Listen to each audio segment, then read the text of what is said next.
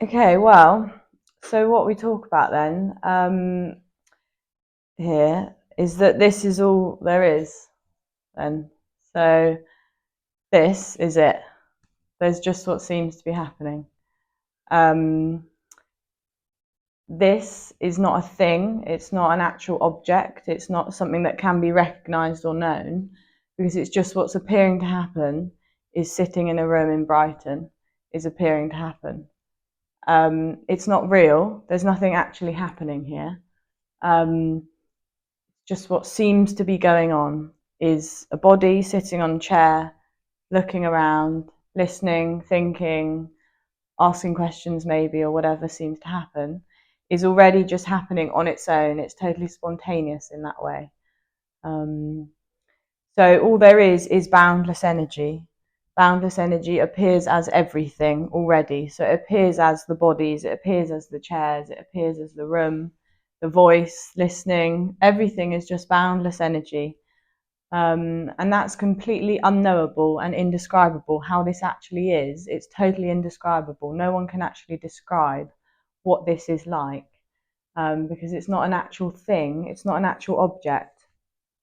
So that's it really. That's the beginning and the end of the so-called message, but actually that's even saying too much, because really there is no message. Nothing is actually being said. Nothing is being suggested. But the meetings, you could say, seem to be a response, we could say, to something that feels that this is not it. So energetically, what can seem to happen, which seems to be unique to the human body, is this energy, which is also just boundlessness, seems to contract around the human body. And this seems to cause some sort of sense of being in the room right now, that I am in the room right now, sitting on this chair. This just seems to be an energetic thing, that this seems to contract and cause this sense of here-ness, this sense of presence, this sense of location. And what's being suggested is that that's not wrong, but that's a dream. It's not actually happening. There is no one sat on the chair. There is no one in the body. There is no one listening to the words. There is no one speaking the words. There's just speaking, sitting, listening, whatever seems to be happening. So there is no message, as I say, but this apparent message, you could say, is just a simple response to the energy and to that which seems to say that this is not it. And the response is quite simply that this is it. So it's very simple. It's very direct. It doesn't sort of mess around with any concepts or ideas. It's a totally simple and direct message, in that it's just illuminating that which already is the case. There just simply can be this, as I say, this energy that seems to feel this is not it, and this is a dream. That this is not it is a dream. But for the individual, for the so-called separate individual, it really feels as if there is something else that is going to be it. Whether it's it always feels for the person as if it's going to be in the future, the so-called future, that somehow life is going to come together and it's going to suddenly just all come together and be fulfilled. And different bodies, different characters, different seekers will seek different things, apparently. So it might be through food or sex or drugs or alcohol, like the sort of classic addictions, or it might just be a bit more sort of spread out over different things. So some bodies seem to really, all the seeking goes into one thing, whereas others it seems to sort of be a bit more diverse. So they've sort of a bit of work, bit of God, bit of whatever. But all of this sort of energy, really, the sort of the background of all of this energy is this hope that everything is going to suddenly come together and really complete itself and somehow be whole and complete, and that my efforts are leading towards this fulfillment. And there's nothing wrong with this. This isn't wrong. Seeking is not wrong. But what's simply being suggested is that seeking will never lead to finding in this way, and that this coming together, this fulfillment, this coming into wholeness is never going to happen. It's never going to happen, because this is wholeness right now, so to speak. This is wholeness. So the coming together that is longed for is this. This is it. It's not hiding. So it will never happen in the future because it never happens at all. Wholeness and what is longed for is nothing apparently happening, which is this. So nothing is ever lost, nothing is ever missing. And there can just seem to be a simple recognition, not from the individual never hears this, and there is no individual in this room right now. But what can seem to hear this is nothing, you could say, or boundlessness, or whatever. It seems to resonate with itself in a way, for sort of to play with the concepts of it. And there just seems to be a collapse of that whole sense of individuality. And it's only with this apparent collapse that it's actually recognised by no one that it was never there to begin with. I never had a life. I never sat on the chair. I never went to the Zoom meetings. I never went to the real meetings. It just seemed to happen. And it's always just been this for no one. And it's perfectly complete, indescribably complete, just by being what appears to be happening.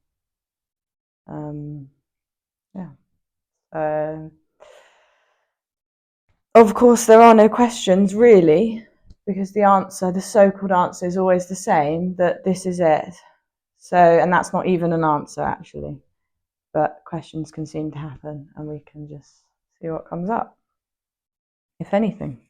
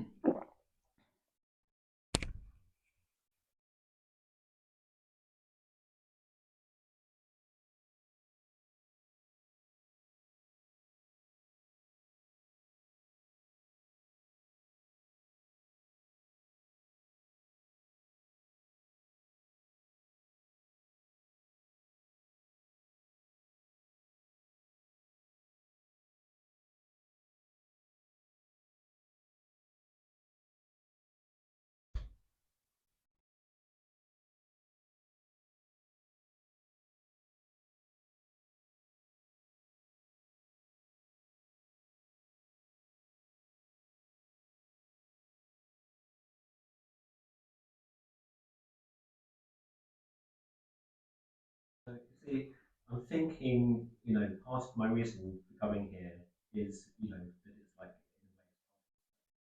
but at the same time, I feel also in a way like, well, maybe there's like a relaxation, and maybe actually I don't need to do anything in a way, because I feel like, well, it's felt like as an individual for many years, and little bit by little bit, it feels like there's been a bit of a relaxation. Oh, I could just stay at home and just do what I'm doing, and that's okay.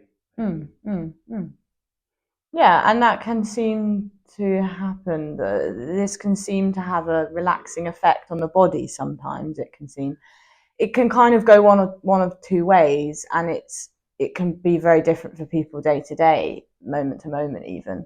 Um, I mean, for me, this message was sometimes very, I never really found it relaxing myself, but it was more just I loved to hear it. But most of the time, it kind of triggered something very strong and physically and energetically in the body that seemed to really contract and need to organize this message into something. But other bodies can seem to have a really relaxing effect in that this seeking, this searching can just seem to relax. When hearing this message, I think there's part of the reason why so-called people love coming to the meetings, because during the meetings there seems to just be this absence of needing to get anywhere else, which is why then the meetings themselves can become a bit addictive in that sense, because there's a constant then love of there being that absence. But then as soon as the meeting ends, there seems to suddenly be something that comes in. But really, this is just what seems to be happening then. There's just a body that feels a bit more relaxed upon listening to this. But what we're actually really talking about at the heart is that there's no one to whom that's happening to. So there's just a more relaxed body. And for others, there may be a more stressed body upon hearing this, but it may then change day to day. But what we're really actually saying is that there's no one in there doing that. But this energy, this contracted energy, does seem to create this tension in the body because everything's holding in this body, it seems, with this so-called energy. So when this opens or completely collapses, the body does seem to become more relaxed, but it's not because of anything. It's not a cause and effect thing. It's merely just sort of a side effect of the body recognizing that there's no one in it. So it's not a benefit because there's no one to benefit from a more relaxed or peaceful body. Which is what I always wanted, to be in a body that was very great. But of course, that's ended, and there's just a body that's more relaxed and gradually getting more relaxed, maybe. Because the other thing is like also sometimes I just like the pain. It's just separation is just feels very painful or kind of like uneasy or discomfort, or you know, it's just like a very strong feeling of kind of like but not knowing. And then like there's a need to find so where is surely I must know where this discomfort is coming. But the message of which is in the end unconditional love, and the truest form of pure compassion in that sense, is saying that this sense you've just described of discomfort is illusory. It doesn't exist.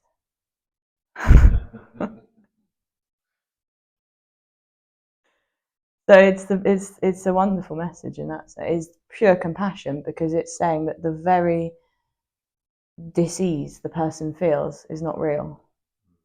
So there's no, it's not even that there's no need to find where it comes from, because it's saying it doesn't ever come from anything. It doesn't ever come into fruition, into existence.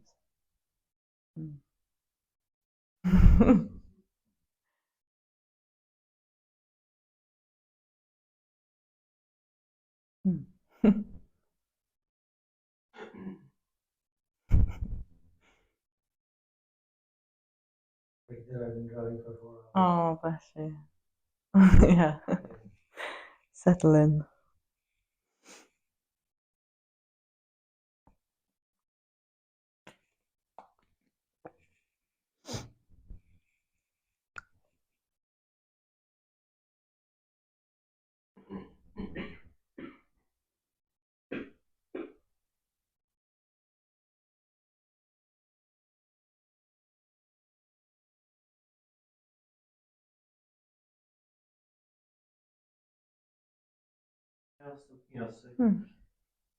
Then I suppose I also have like a really strong urge to understand.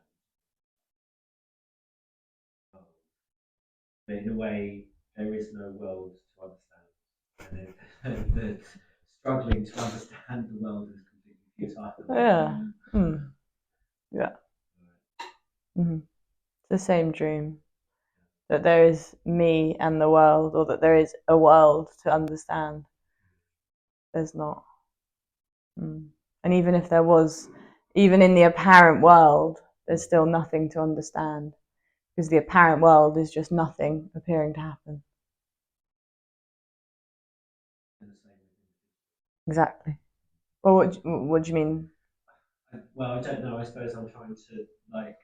So yeah, at the same time, there's like a, you know, there's this presentation as if there's a world out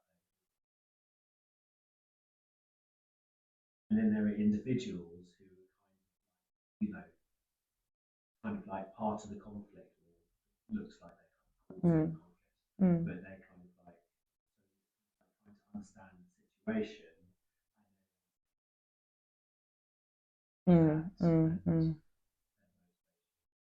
Yeah, I mean, that all collapses in the reals, in the sense that it's real. It's not real.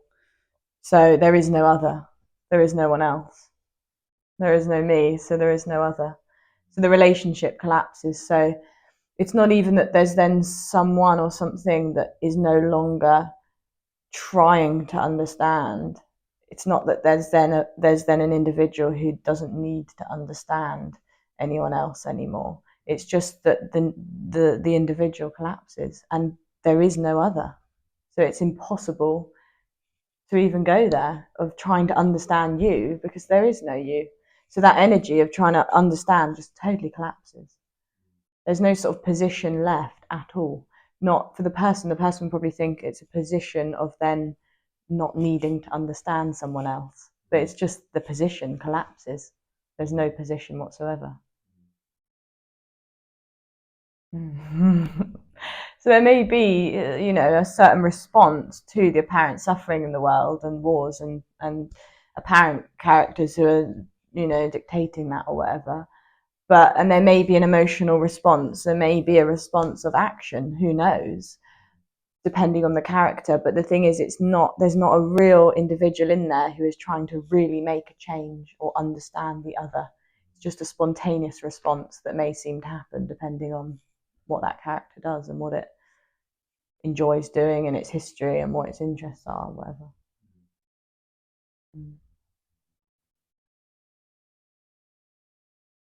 And albeit it's appearing to happen, it's not happening. Not actually, no. Yeah. So of course a lot of the bad things, so-called bad things in the world, for the person are very problematic because they're so real, and there's a heaviness to things like suffering and war and poverty and all this. And it's not happening. It's not actually happening, no. Nothing ever actually happens. The initial premise of those things actually happening is the initial sense that this conversation is really happening, which it isn't. So it's the same thing as saying that. No. Seems to be, but not real. And there isn't even an it. No, exactly. We talk about like this is it, but it's an attempt to describe something that is not an it and is so unbound and limitless and formless that it's indescribable. Unbound and limitless and not happening. Exactly. It's freedom, basically. Nothing is freedom. Because if it was an actual thing, if it was an actual thing, you would have to know it. You would have to have a position towards it. You would have to be it or become it or remember it or repeat it to yourself or hold it in your mind. That's not freedom insofar as that's this constant effort. What we're talking about here is an effortlessness of there being nothing. Nothing to hold on to, no one to hold on to it. Totally effortless, yeah. Nothing in the body trying to do anything.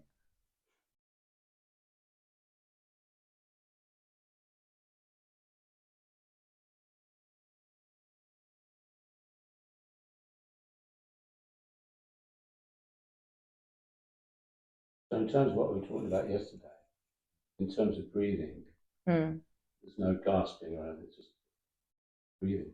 Or gasping, what, as in shock or? Yeah. Oh, possibly, for sure. Shock, Yeah. On a normal basis. Character basis. What do you mean on a normal basis? Well, character would not necessarily be stressed out. Oh, stressed in that sense. Well, gradually the body seems to relax more, as we were saying, as it seems to cry and laugh and tingle and shake and whatever it does. Stress seems to come out of the body in whatever way. So this sort of, but it doesn't mean that if someone jumped up in front of me, I wouldn't startle. No. It's just a spontaneous reaction, but the stress seems to really just leak out of the body when it's recognized that nothing's holding the stress in. Because really the individual is the illusory sense of holding something inside. So the body seems to carry all of this stress and tension. And when it's just recognized that there's nothing actually holding that in, it just seems to pour out of the body, however it does. But then it's just totally spontaneous. Like, my mum probably won't like me saying this, but I was in the car with her and she nearly crashed because she wasn't looking at the road. And it just cried, like shock and just crying, because it was just like the immediate shock. And I would have never done that probably before, but that would have never happened before, because there would have been a real, I don't know why, it just would have held in and maybe just, not even registered. But there was just total like aliveness in that moment or whatever, full on aliveness. So there's just the like immediate shock of nearly having a car accident, and then there was just like tears and just sort of a release in that way. It's beautiful, really, because it's just the body almost in its natural form, if you like. Just so, yeah, nothing's held on to in that way. Whereas for the person that stress would probably be felt, and it's not trying to do this, it's not something the person can help. Just by being this contracted energy, it seems to hold things in. Depending on the body, depending on the character, there would maybe be an event like that, and that sort of stress then just gets held in and it gradually accumulates over the lifetime. Doesn't matter, that's just what seems to happen. I'm particularly interested because the breathing method I've talked to you about, called Buteyko, is a Russian scientist in the last century. The breathing method, and talking about that as time, there's a sort of measurement that could help just from breathing, can be scientifically, that if you can hold your breath, you can breathe out and just breathe out all your breath, and how long you can without having an urge to breathe in. And in the Western world, that used to be 35 seconds. Breathe out, hold your nose. There wouldn't be an urge to breathe again for 35. Normally it would be 35 seconds. But actually in the Western world, it's gone down to 20. Oh, really? Through stress. And that's why I'm curious that in terms of non-duality, does that sort of stress go? Yeah, of course, yeah. Gradually it seems to, yeah. Because the only actual stress for the body is the stress of being me. There's nothing that is actually stressful in life, so to speak. Well, no, of course not. No, exactly. I mean, nothing to stress about is nothing. There's nothing. So it quite literally, the body just seems to just, of course there may, well, I could say there may be apparent stress, but it really does seem that things just become a lot more. Absolutely, your mother. Yeah, but it's not the stress in the same way as when I think of stress for the individual. It's like a personal thing. I've got a lot on my mind. I've got a lot I'm dealing with, sort of thing, held inside. Whereas that's just a real call and response, sort of like a shock, and then just crying or whatever. It's just like a child almost in that way, just pure emotion that's not held in or held back. But yeah, I can't remember what I was saying now. I lost my train of thought. But really, this isn't about health in that way. And that's the thing. For the person, health is very important, because for the person, the health of the body is extremely important, because when the body goes, I'm going. And what the body is, if the body's healthy, it wants the body to be healthy so that I have a longer life or whatever. It just feels that the body's important in that way. But really, the hard thing for the person is that the so-called relaxed body and less stress and better breathing and pure emotion is actually just a side effect of there being no one. And so it's not a benefit for the individual. So ironically, the person can strive their whole life to have really good health. But what seems to be causing stress is the sense of me having to have good health. So when this collapses, the body actually naturally just seems to be healthier. But I'm not saying healthy in like eating greens and doing granola and yoga and or whatever. It just means in terms of the body's spontaneous responses and emotionally just not holding things in. That's sort of pure health in that way. But of course, there's no one to benefit from it. And there's no one who cares that the body might have a longer life as a result of that. I mean, this wouldn't care if it went tomorrow in that way, or now, because it's death now. So there's no waiting for death. If this body just dropped dead, there's no one in it who it's just not experienced at all. So it wouldn't matter. Nothing happening. Yeah, it wouldn't even happen. Exactly. Yeah. It wouldn't even be though that someone's registering, oh, it's just nothing happening, so whatever. It's just, it is nothing happening, apparently happening. Yeah.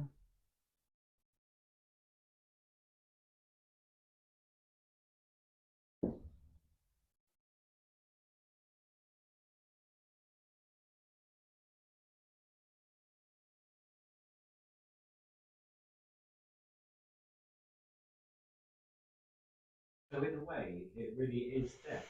Oh yeah, it really is, yeah.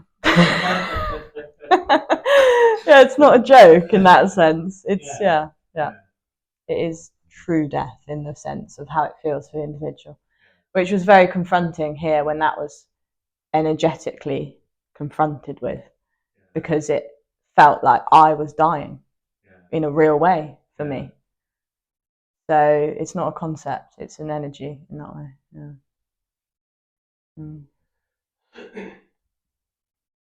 Maybe when I start traveling, usually I do a prayer, like a religious prayer. And today, for halfway down, I forgot what it's halfway down. Oh, I was up praying. And then the third part, that who am I praying for? Or something. Like, there's nobody to pray for, that's kind of like, And then I thought, okay, I'm going 90 miles for nothing. Yeah. Because nothing. Pretty much. Like same as death. Like, yeah.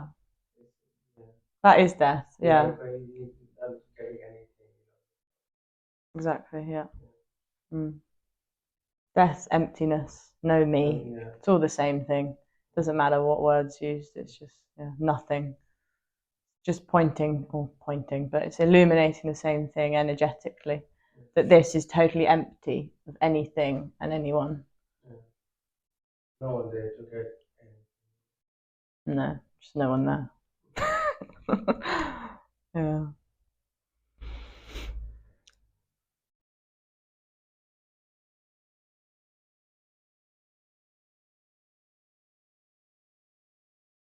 Yet so much of the striving is around like life or wanting to keep the individual going, or that's what it feels like. You know, why do I work so hard?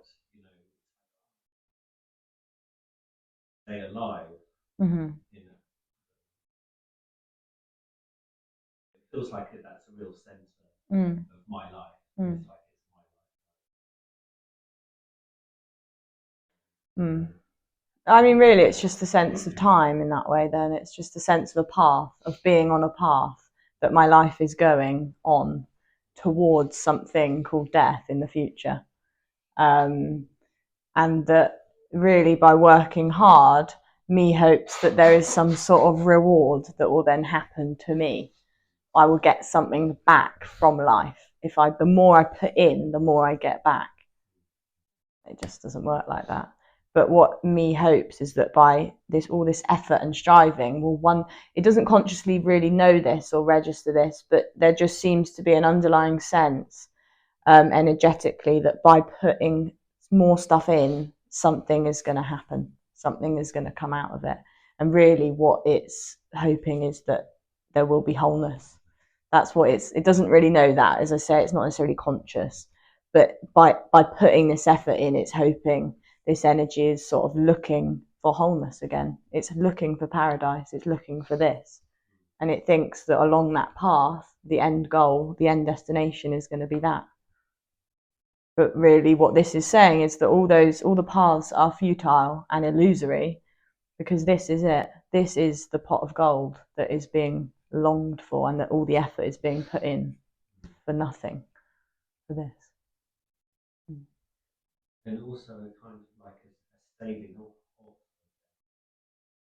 In a way, yeah, the person constantly is rejecting its own death. You could say it's not deliberately doing that, but it's kicking the can down the road constantly, energetically, because this is not it for the person. It's constantly projecting that death into the future. But that's not something that someone does and can choose to not do. That is the individual energy.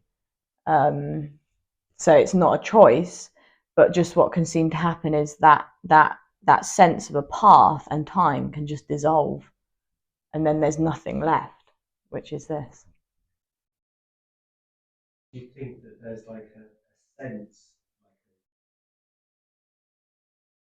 like a sense that it knows that death is the answer in a way?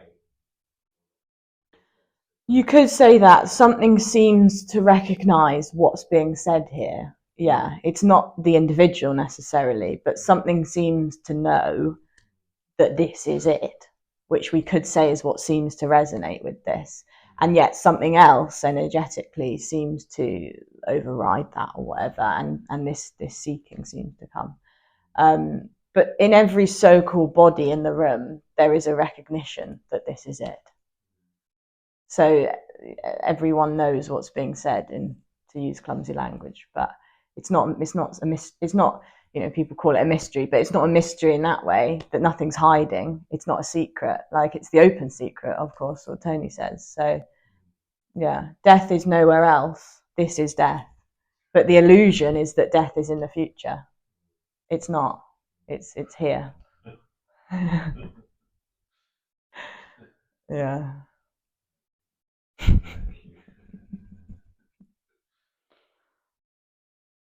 Yeah, which, depending on the body and the character, whatever, can be, it is liberating, but it can also be very confronting, because that thing, that scary thing that I thought was going to happen in however many years, is here. It's not waiting. Yeah, it's wonderful. Not for me, but it's freedom from waiting for death or anything like that. Here already. Yeah, this is death. It's here. That thing that, you know, has been in the back of your mind, sort of in the future. It's this. Yeah. Death is appearing as this room.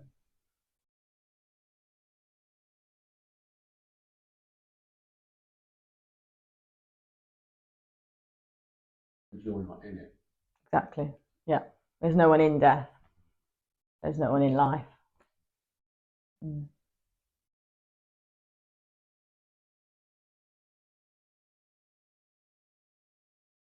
Something very relaxing about that. In a weird way, yeah.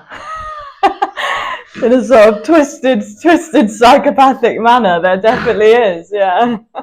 No, really though, it's. I mean, some people would think that was bonkers, but it is. For some, it can just be a real openness to that, how that is freedom. Because for the person, death is almost like a constant anxiety of what's going to happen. Nothing's going to happen. This.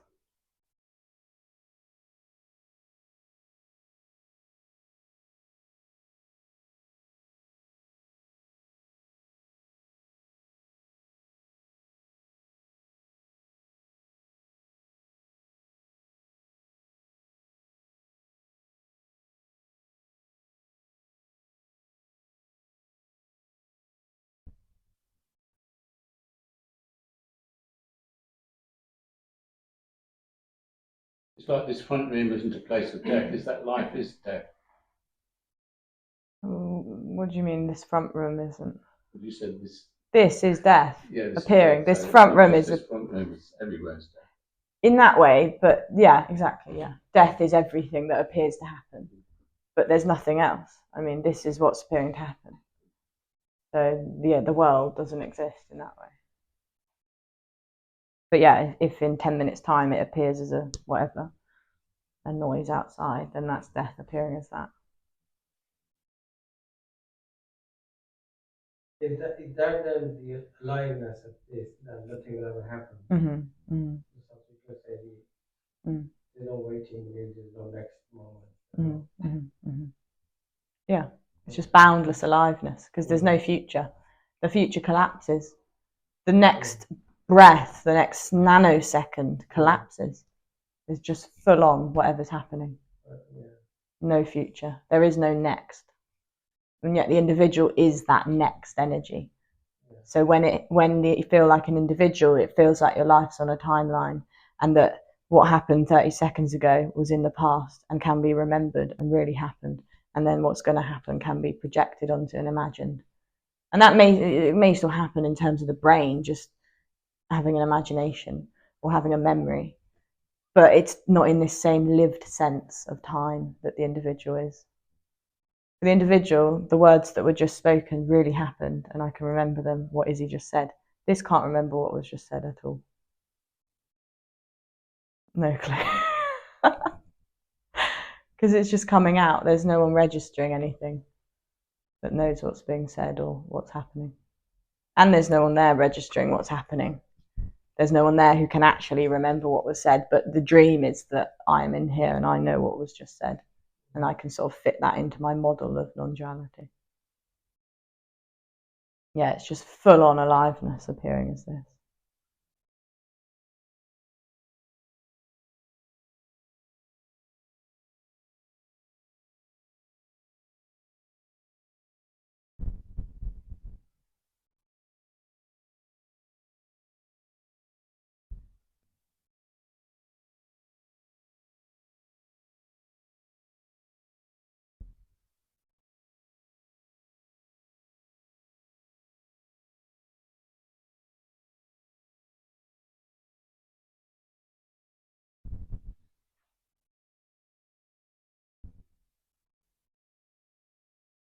Of course, then I can't say how that is. It just is. Exactly, yeah. There's no one who could say how it is. Yeah. That's the thing, yeah. There's no description of it because there's no one present in it.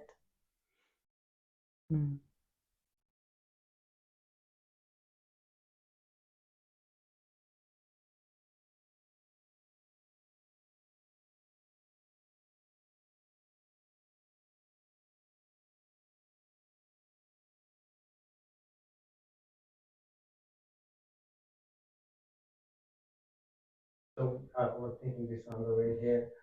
So I don't know right now, but like it just is that it is. And if you talk about like it now, I don't have a home to go back to. I'm me thinking past future, but as the true reality, I don't. In that sense, I don't have a like. I would prefer What do that you you have a home to go back to. Like I mean, mean? is there a home to go back to? There is. Yeah. What do you mean? Are you trying to say like because we say this is home in that way? Is that what you mean? No, that you don't like, you're not here.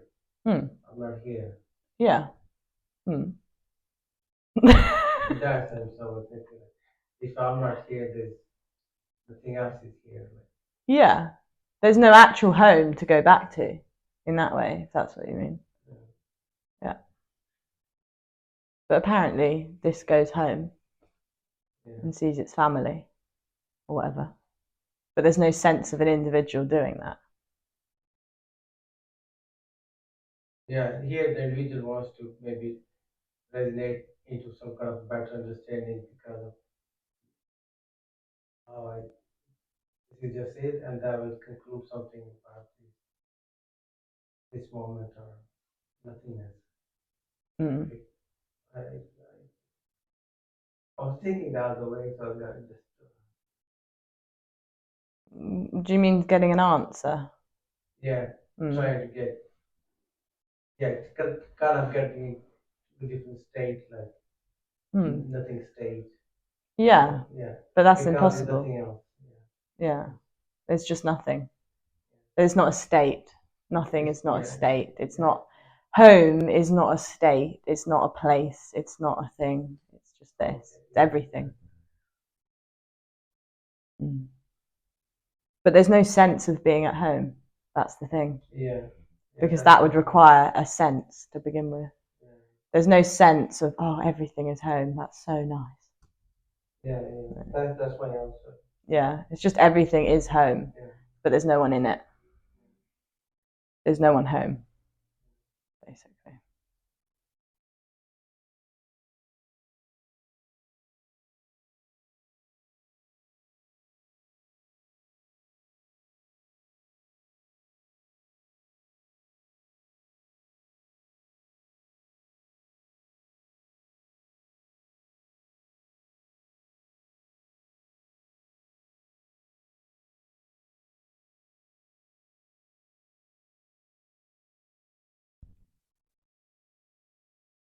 There's no better than or worse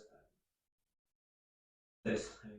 There's like, I'm here, or wouldn't it be nice to be at home? It's not, it's just. Well, it might come up, as in, if there's somewhere that is really not, someone doesn't like being there. There might be sort of a, oh, want to go elsewhere, or to move houses, or to move to a different country, or to, you know, change the relationship or whatever, for sure. But a lot of the urgency and need in that does sort of collapse all of it, really, because it doesn't, this is it, this is everything. So there's just, it's not going to get better than this. So moving house or having a new partner or moving country is not going to produce a better experience, which is what the person hopes for. Because when there is moving house or changing a relationship or getting a new job, it's still just this. So it never gets better than this, you could say. And it never gets worse than this. So, yeah. So total equanimity, neutrality, if you like. Whereas the person lives in the world of better, worse, better, worse, better, worse. So it's fine, doesn't matter. It's just a dream that things can actually be better or worse. Even with the sense that this is really better, it's not. It never actually, nothing ever actually is better than, really.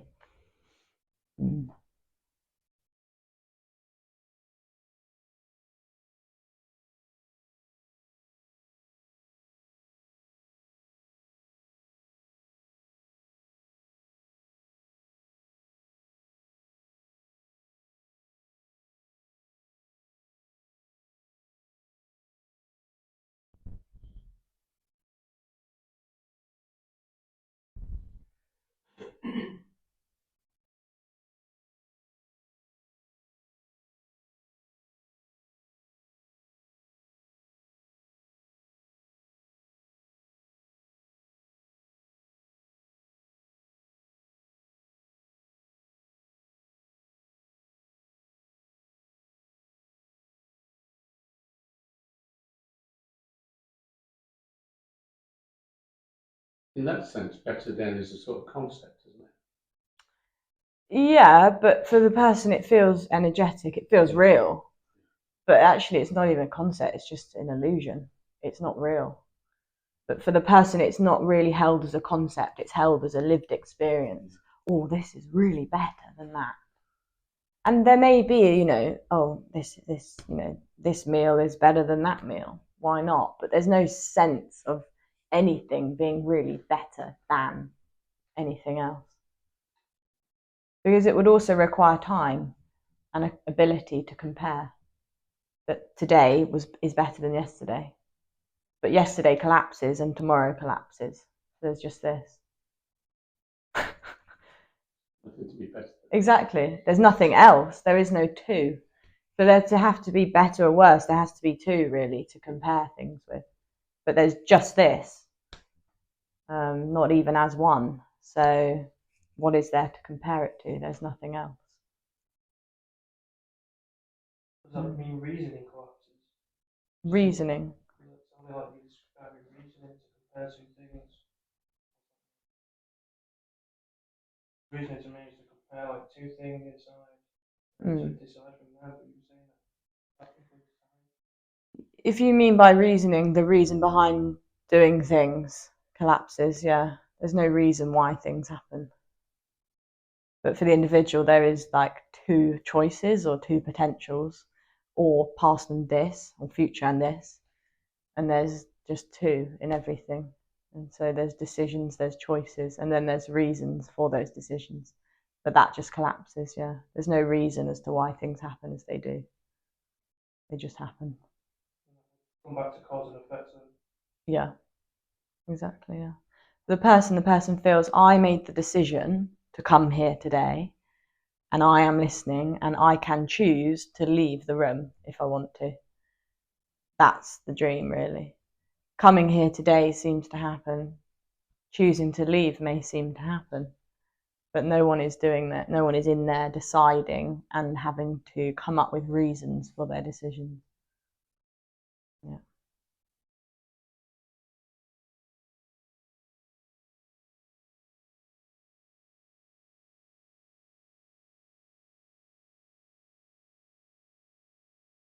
Which is, for the person always has to justify why it does what it does. I did this because, And it's people always ask, why did you do that?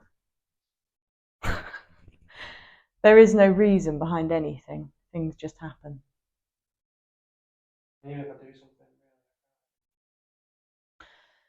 Well, not really, no. But it's not because you can't say why, it's because there's no you.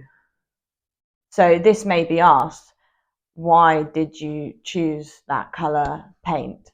And it may come up with a really creative, elaborate sounding response of why it loves that colour over this colour. So it seems like it's a reason, but there's no one inside who has a real reason why they chose that paint. It just happens, and so does the apparent explanation for why Izzy chose that paint just happens. Mm.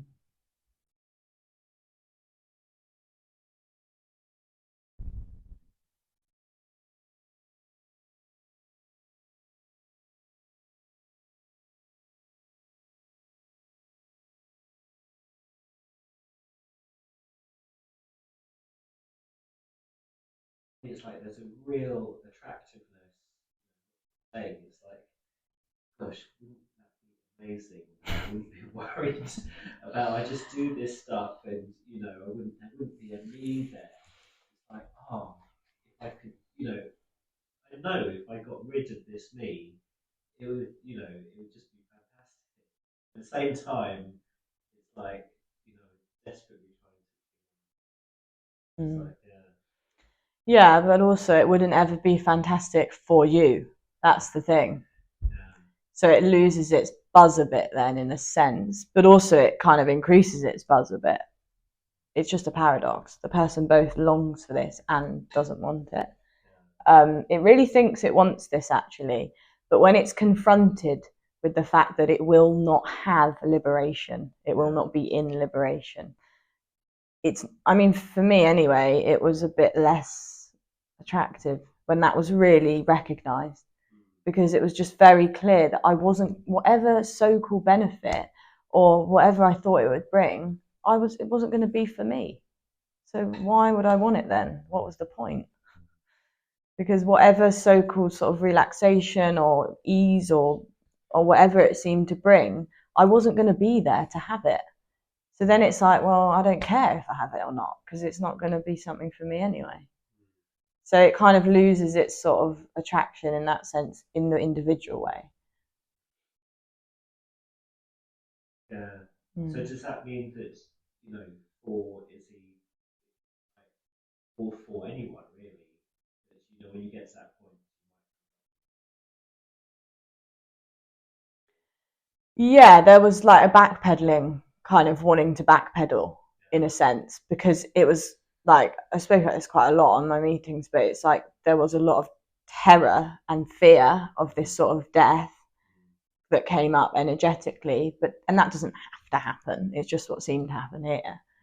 For other bodies, it seems to be a bit less dramatic, but there was just what was your question? Because I'm thinking of, like, for here, there's like a real, in a way, there's like a desire to, be in. Like there's a real attraction, and then it's like, and lots of it is around, oh, would it be nice not to have, or I wouldn't worry about, all those, personality things. But then, as you say, when you get to that point, actually, it's not going to be for me at all. Exactly. Yeah, and that's what I just remember. It was like there was this terror, and then there was just a recognition that there was just like there was still an attractiveness to the message, definitely, for sure. There was still like a comfort in listening to the message, but there was more of a liberation behind it. But there was, for me still, that I still felt where I was, there was like a want to reverse, because it was very clear that I was going to die. And it was like, well, this isn't what I signed up for.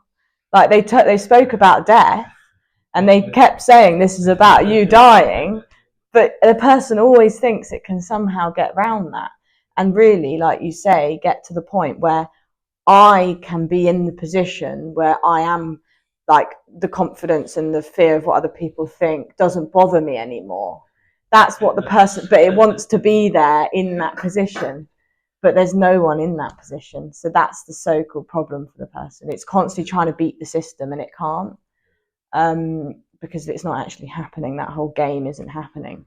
But yeah, no, I remember sort of in a way how, yeah, it was just very clear this was about my death. And it was almost like, what? This is like not what I wanted at all. But yeah, at the same time, it was still. So it's a weird paradox in that way. But yeah, if for the person it is a lose-lose situation, it really is. The person doesn't get anything out of this. All that it hopes that, oh, maybe I could speak about this one day and I could sort of, so because I thought that would be really cool. I really wanted that, like, but it was just then very clear towards the end, well, if this does happen, I'm not going to be there to do all that stuff. So yeah, it sort of loses its kind of hope in that sense completely. Mm.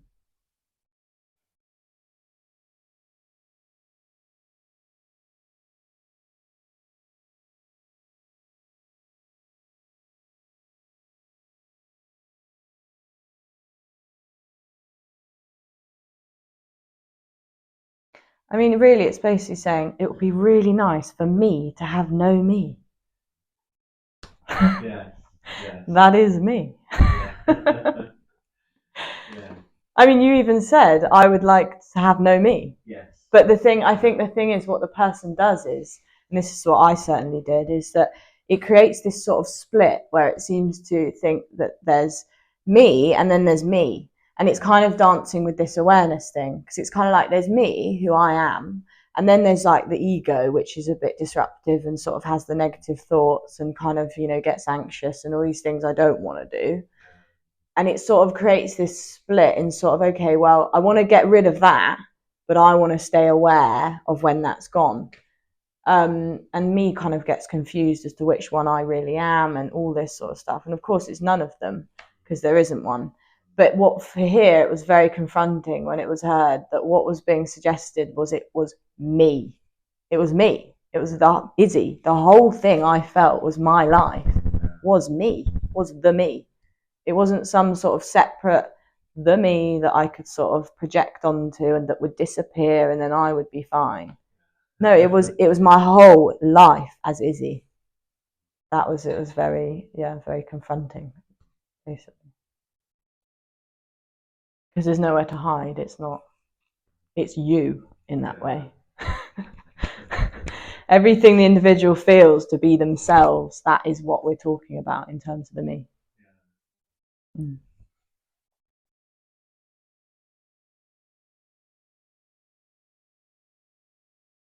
And it's almost impossible to comprehend it. In a way, it sounds really exciting. Oh, wouldn't that be exciting? I could go and do that.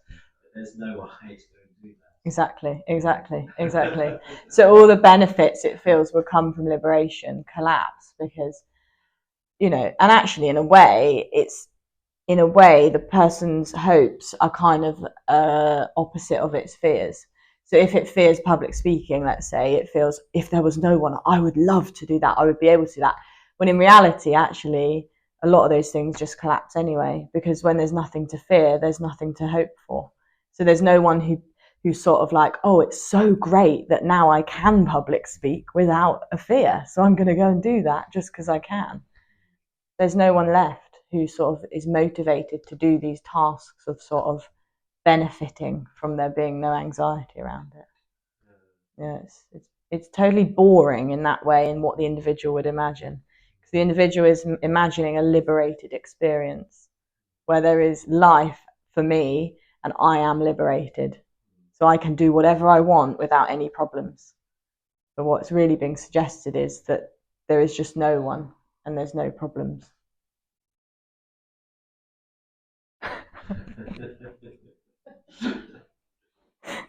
It's very entertaining, clearly.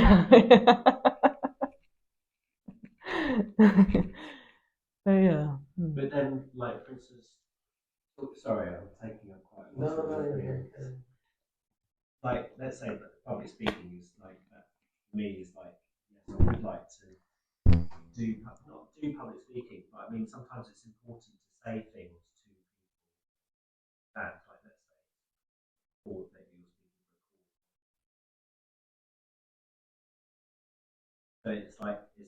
you know, it's important to go and say something. So it'd be nice not to have that kind of am I able to do this? Blah, blah, blah, blah. So not in the sense that more that it'd be beneficial for other.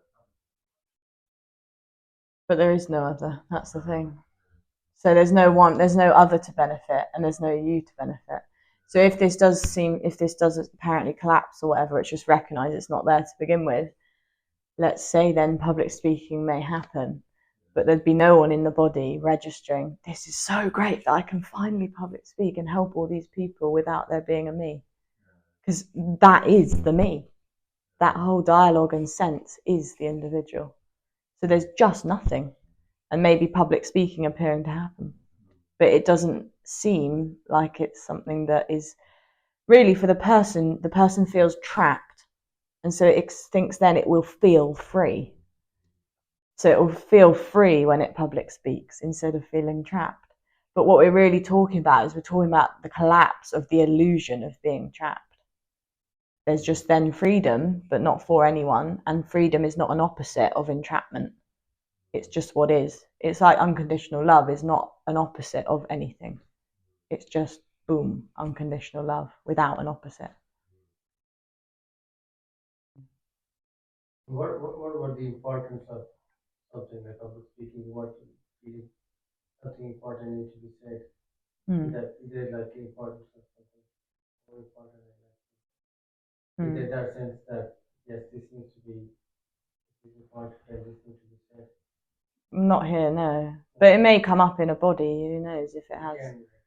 If it likes politics and has political views or whatever. But really, even in something important, there is nothing important. There is nothing ever important that needs to be said in life. Because nothing is actually happening, so there's nothing important about anything. I mean, really, it comes down, what we're talking about in both these discussions is self-consciousness, basically. A sense of being there, that people are looking at me. I mean, when I told my dad that sometimes on the Zoom calls there's like over 30 people, he was sort of like, oh, that's quite a lot, you know. You're sort of leading it, but there's no one there to fear that because there's no sense of being looked at. So I always feel like sometimes someone is looking at me. Sometimes I feel that like people are looking at me. Exactly, but that's the dream. Yeah. There is the sense that there's someone in here that is being looked at. And there's someone there looking here. Exactly. That is the whole individual energy, so to speak. And that's what can seem to cause the anxiety in public speaking. And that's what me wants to be free from. But me is that. So it can never be free from that. So yeah, there's just speaking. There's no sense of anyone looking at me. Just looking. But it's not some special thing this has. It's happening there too. There, apparently. There's no one already being looked at.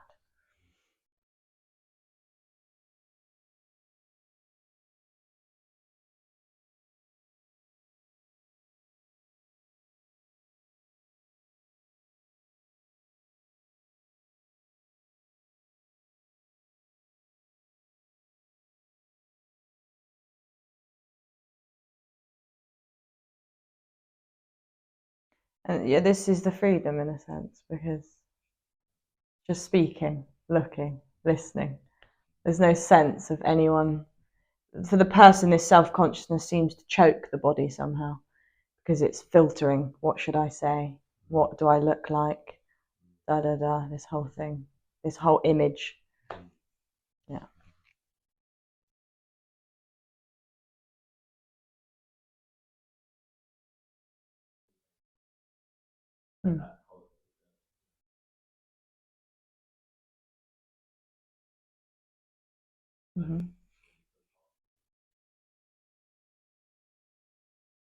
Yeah. But it's not a concept, it's a sense. It's just a lived reality for the person, that there was yesterday and there will be tomorrow, and there is this. It doesn't matter, again, it's just a dream. That whole timeline is a dream. And that's the surprise in many ways, is that it's always been this. It never went away. It's always just been this. And the whole life of Izzy, the life of Ben, never happened. Never happened. It was a dream. So even when, let's say, I mean, when this first collapsed or whatever, I remember there was sort of a looking back, sort of memories of maybe when I was like 11, 12, 16, 18, 20. There was never anyone there. Like, it was not like, oh, there was a me there and then there's not a me now. There was never anyone. The whole life of the body, there never had been anyone. So that's why nothing falls away. It was always like this. But the dream was that it wasn't.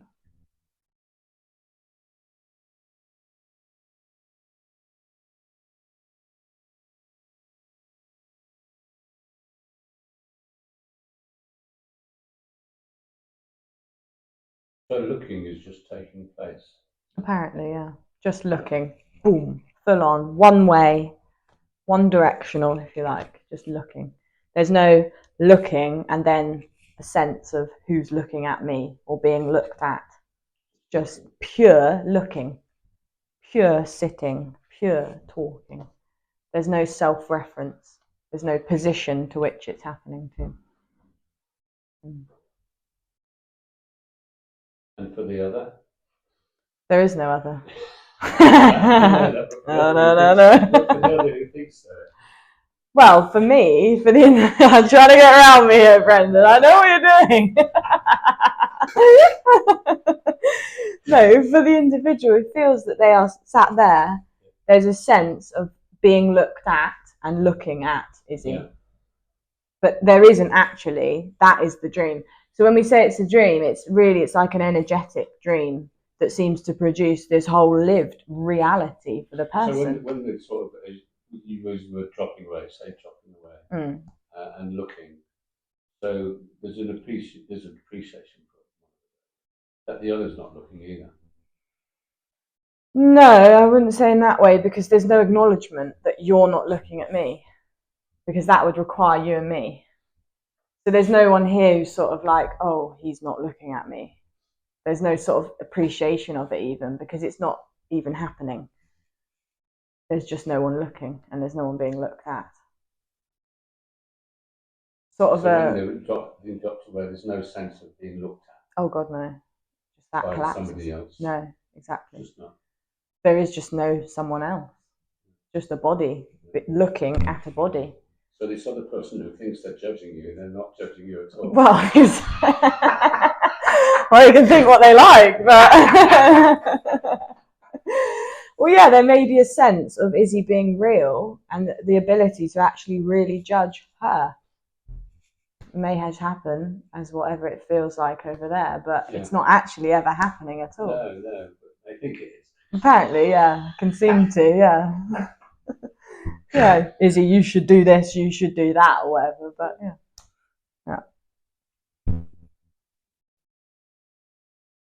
Yeah, again, it's... care a cuss. Well, there's no one to care. There's just no one sitting here who knows what's happening. Whatever they do is up to them. In a way, yeah, it's just, again, what's happening. Yeah. But also, if that was to say, oh, you know, you've done this, you've done that, or you look like this, or you look like that, there's no real sense of someone being in here who's being attacked or whatever, or judged. So there's no one who takes offence. You know, it's just, there's a true lightness to this, because the heaviness is, oh, you know, I don't like that haircut, you look a bit odd. Like, there's like, oh, there's a real sting to that for the person. Obviously, like, if someone said that, you know, probably maybe have a response, but it's just not, it's not heavy in the same way it is. If someone said that to the individual, there's a sort of real sort of hopelessness the whole day, carrying with it this sort of bad haircut or whatever. But it doesn't, yeah, the image collapses.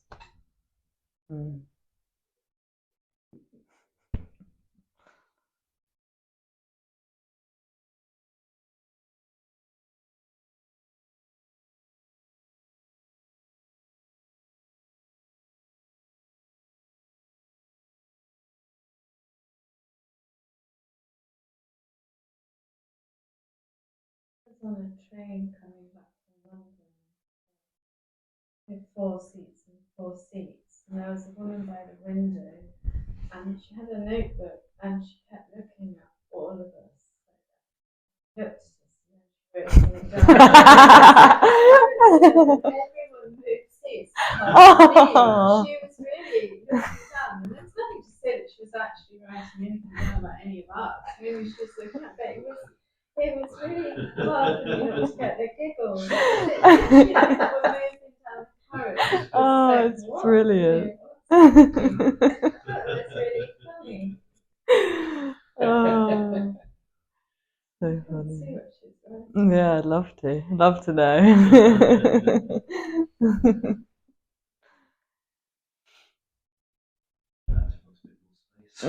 Yeah. Quite useful thing to do. That's probably what she just wanted to do. Spread out, yeah.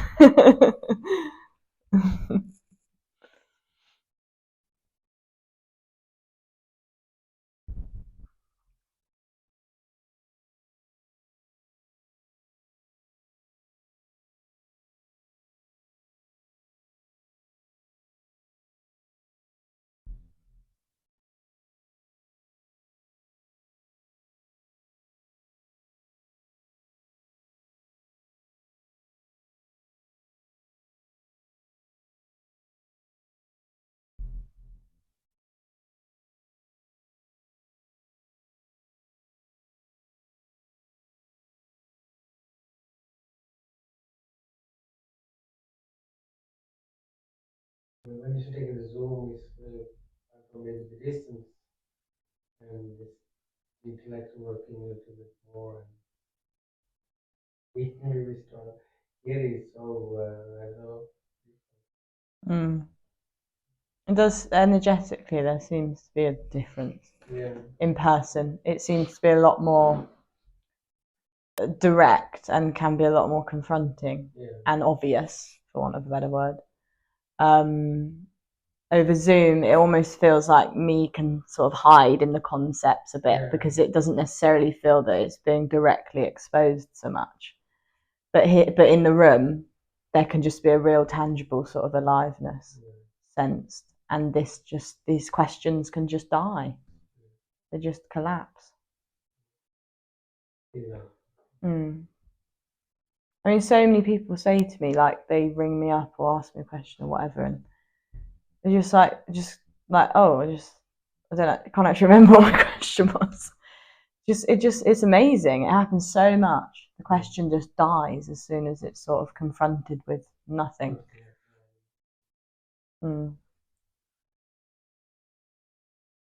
Yeah, I phoned up Jim, I remember, like, a few years ago, well, yeah, probably 3 or 4 years ago, and it was like awkward because I felt awkward because I was just like, I had all these questions, and then he said hello, and I was like, they just went. I was just like, sort of had to feel I made something up. So, yeah.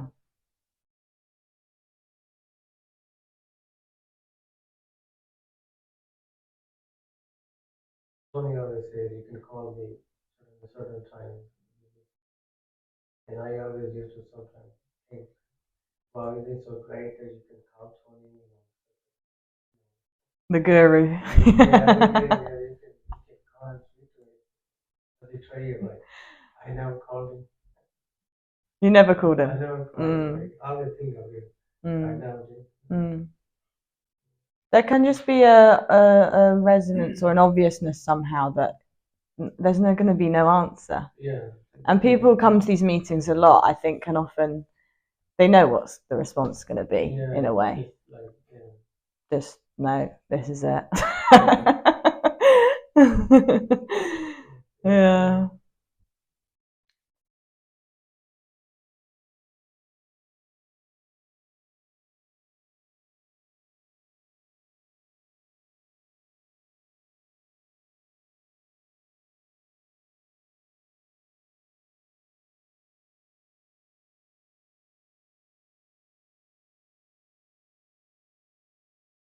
It does feel like there's a kind of a joyousness or something, I don't know, presence. There's something there that, Well, I think the joy or the lightness, if you like, is actually from an absence. It's not from a presence. It's because of an absence, or the joy is the absence. It's not a joy for anyone, so it's a very different quality to this sort of. But it doesn't actually have any quality. That's the thing. It's indescribable. It's got no qualities, no tangible things. It's nothing. But there can seem to be just an uncaused joy for no one. But it's not this sort of personal joy of, oh, I'm so happy kind of thing. It's quite a subtle sort of just a mellow lightness to what's happening. Is that what you were saying in the room? You're feeling that in the room? Yes, I think, yeah. I mean, it's difficult to kind of put my finger on it, but there's definitely like a rejoicing.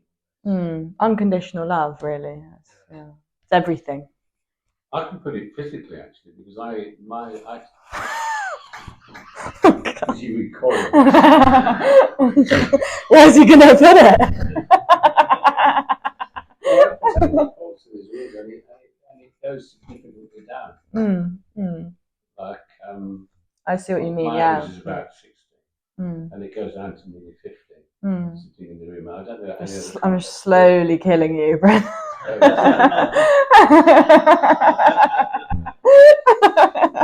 Just 40, 30, 20. But I like what you said today. It's that there's an absence of something. Well, you could say the joy, the rejoicing, the embrace is the absence itself. It's just gorgeous. This absence seems to have just a measurable. I know it's not measurable. I know what you mean, though. It can seem to have an effect on the body, so to speak. Body. Yeah, just a relaxing kind of effect. But again, that's not really what we're talking about. But that's what can seem to happen. It doesn't happen. I don't think it happens so immediately in other places. Well, no. What do you mean in other meetings or in other? But anyway, in life. Yeah, well, in life, of course, there's usually more of a agenda, and they're speaking to someone. Yeah. So there's probably more of a increased heart rate, maybe. Yeah. But yeah. I mean, it's just this. So the body's not trying to get anywhere anymore. As you say, nothing's happening. Exactly. Except the heartbeat's going down. Apparently. It's not too much then. Let's keep it, steady. Don't be calling any ambulance in or anything. Straight to accidents. What happened? What happened, they'd say. There was this woman.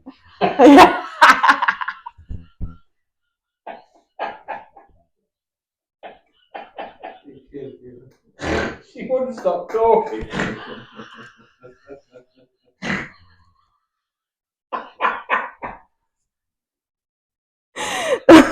Saying there was nothing.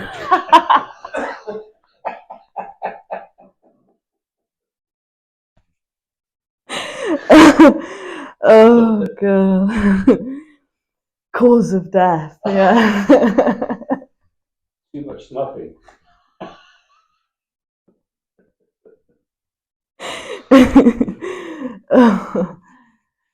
Oh dear.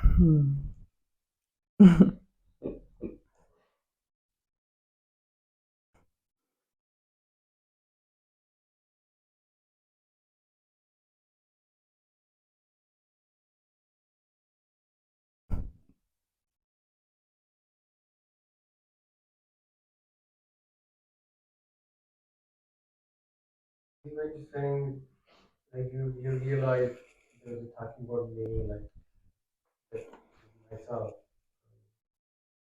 Like, was that just like the whole beginning, the school and growing up and that all the things that your life was, or is it the all that all kind of died as well?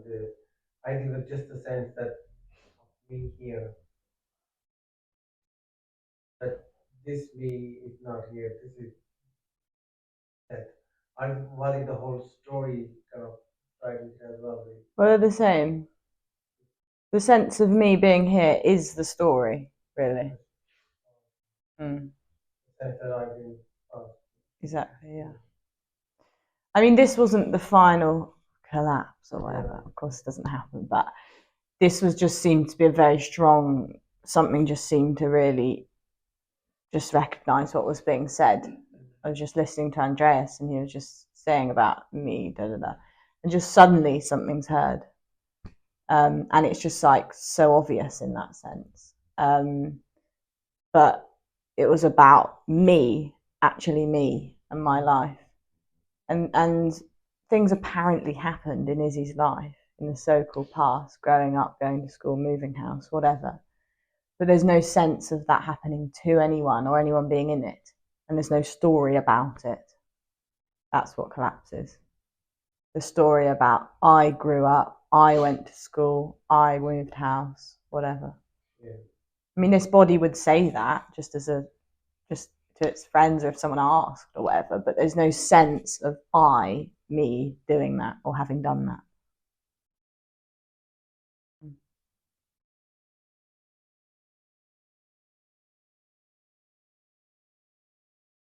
So would you say there was just going to school? Yeah, apparently happened, exactly. Yeah, there was even back then, so to speak, when it seemed to feel as if there was me going to school, there wasn't. Even then, there was just going to school apparently happening. So, I mean, this is really just diving into the stories now, but let's say this collapsed tomorrow, so to speak. There would be a recognition that I never came to Izzy's meeting yesterday, that there was just attending the meeting. But this is sort of, not to sort of be misleading in that way, because that kind of says tomorrow and da da da. But what I'm basically trying to say is that the apparent past never happened. You were never in it anyway. So there's no line where there was me that came to the meeting and then I recognised there was no me, so then there was no me. No, the recognition is that no one ever did anything. So no one was sat on that chair.